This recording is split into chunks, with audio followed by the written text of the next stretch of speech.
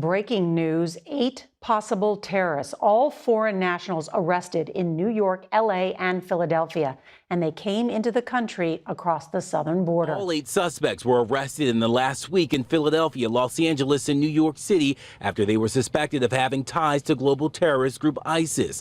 All are said to be from Tajikistan, just north of Afghanistan. And according to sources, they were allowed to cross into the United States in 2023 through the southern border. This is the worst border in the history of the world. There's never been. No third world country has a border like that. FBI used a wiretap to track the men, and sources say what they discovered led authorities to quickly arrest them on immigration charges. Authorities uncovering information that raised suspicions about them, according to law enforcement sources, particularly their possible connection to the terror group's Afghanistan affiliate known as ISIS-K.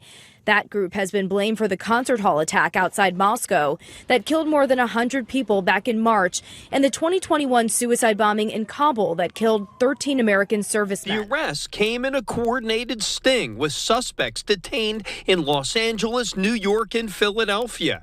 The 8 Tajikistani nationals reportedly having ties to ISIS. Do you think it's a coincidence that these 8 were arrested in Los Angeles, Philadelphia, and New York, all sanctuary cities? The worst of the worst will go to sanctuary cities where they know they'll be protected, because local law enforcement is not allowed to work with ICE. Any of these 8 people could have been arrested for a crime in New York or Philadelphia, and guess what? They're going to be released from jail. No one's going to call ICE.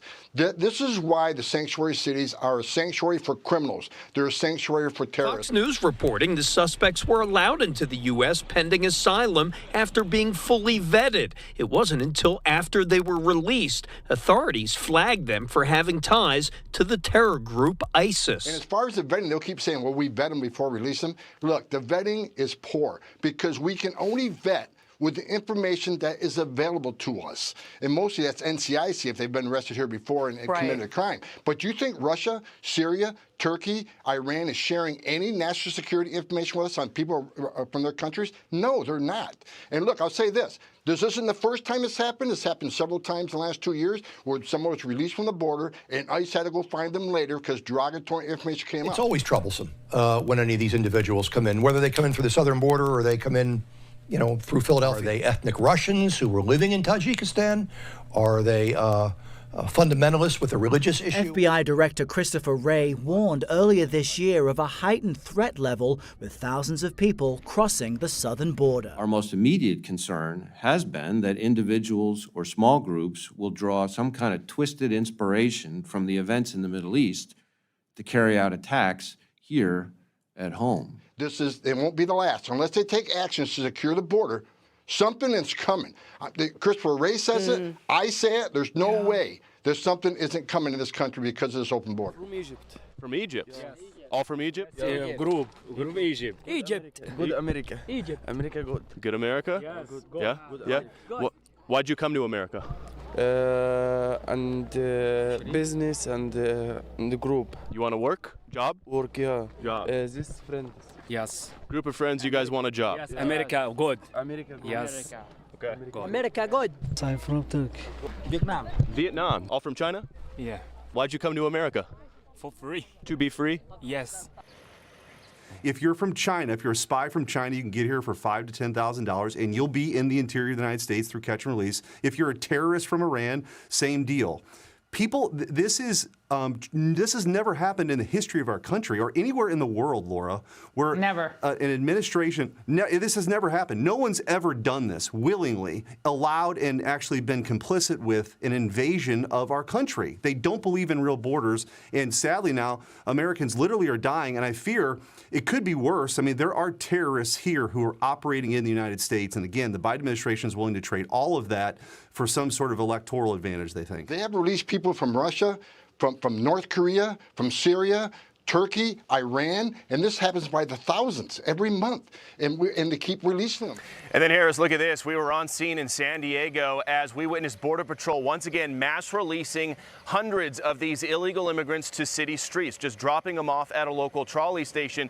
Once they're done with federal processing, they're let go with their future court date, sometimes years in advance into the future, and they are then able to travel the country with that NTA paperwork, that notice to appear. People from all around the world being dropped dropped off Asia, the Middle East, Africa. DHS likes to talk about consequences for people crossing the border, but for a lot of the people that cross here in San Diego sector, they end up just getting released. First thing we're going to do is we're going to close that border tight as a drum, and we're going to let people come in, but only legally. I said from day one, my biggest concern is that this open southern border has created the biggest national security vulnerability this nation's ever seen. And this administration is doing nothing about it. They haven't slowed the flow. They still got catch and release. Look, I just looked at the data this morning. People need to know, in 2021, a little over 4,000 Russians were encountered on the southern border. 2023, 33,000. Since October, over 30,000 Chinese nationals. President Biden's border executive order took effect this week, but illegal immigrants do not seem deterred.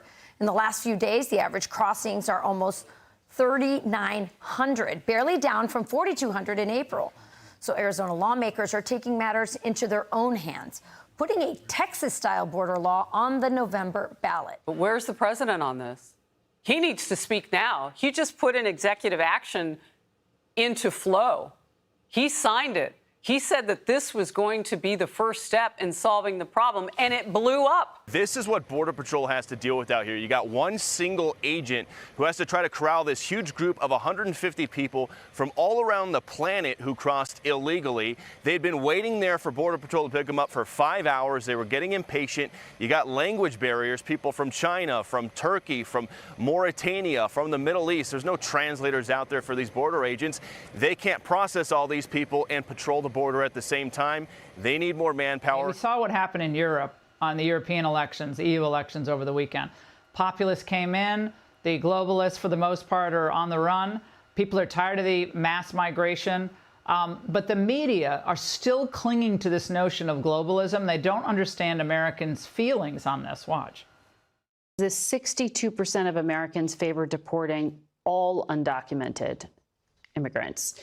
So Homeland Security says that President Biden has already deported or repatriated more people in the past year than any year since 2010. Some of what Mr. Trump talks about could be illegal. It doesn't seem practical in some sense to round up children.